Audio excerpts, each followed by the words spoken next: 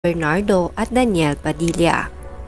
Nag-post nga sa Instagram story si Catherine na nakalipat na ito sa kanyang bagong bahay at finally, tapos na nga ito. Nag-post ito ng mga litrato na nag-aayos ng mga gamit kasama ang kanyang pamilya. At nag-post rin ng mga litrato na kasama naman ang kanyang mga kaibigan habang kumakain at nagkukulitan. Finally, dream come true nga para kay Catherine na matapos na ang kanyang bahay na matagal na niyang pinapagawa at makalipat na rito kasama ang kanyang buong pamilya. Sa kabilang banda, nag-post naman ang ina ni Daniel Padilla na si Carla Estrada tungkol sa pagtungo ni Daniel sa mga cancer patients upang magbigay ng tulong at magpasaya rito. Halos isang dekada nang ang ginagawa ni Daniel na suportahan ang mga cancer patients na ito.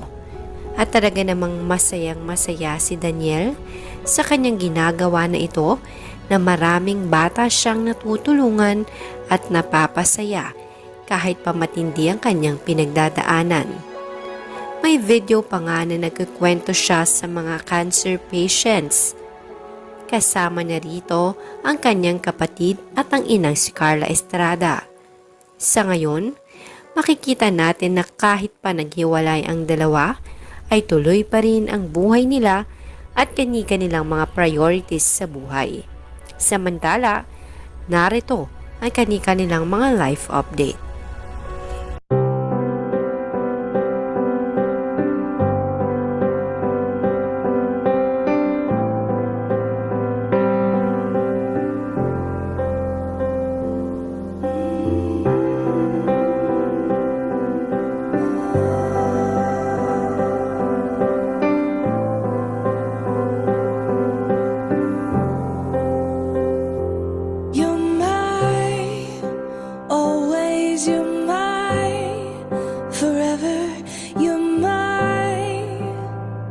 Reality,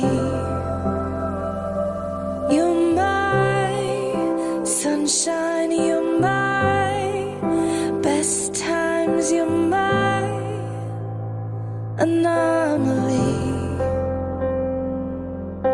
and I'd choose you in 100 lifetimes. I'd choose you in 100 of, and I'd say I do for the rest of my life. With all that I have, I do, and I will. When the sky is falling, I promise you I'm all in, no turning back. And every day, every moment, every breath you take,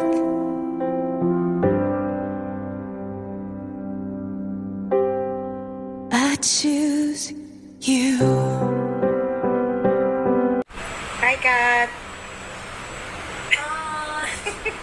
It's endless. Finish muna natin, okay? Sina Jose, Maria, at Jesus ay nanirahan sa Egypto. Alam niyo ba yung Egypto? Alam niyo sa anak ni Egypt? Alam niyo yung Egypt? Yes, okay.